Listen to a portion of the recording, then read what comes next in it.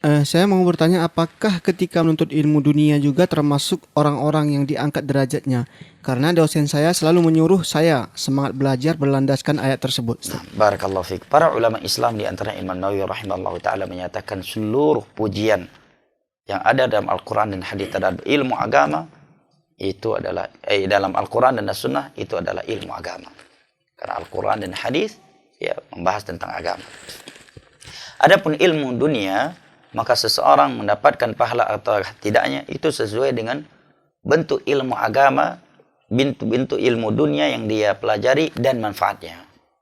Hanya dari sisi itu. Misalkan dia mempelajari ilmu teknik untuk bisa membangun bangunan yang bermanfaat buat dia dan kaum muslimin. Ya, maka dia mendapatkan pahala dari sisi itu.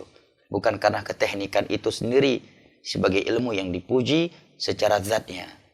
Nah, oleh karenanya di dalam ilmu dunia Nabi katakan antum a'lamu bi umuri dunyakum. Kalian lebih berilmu daripada aku tentang ilmu dunia.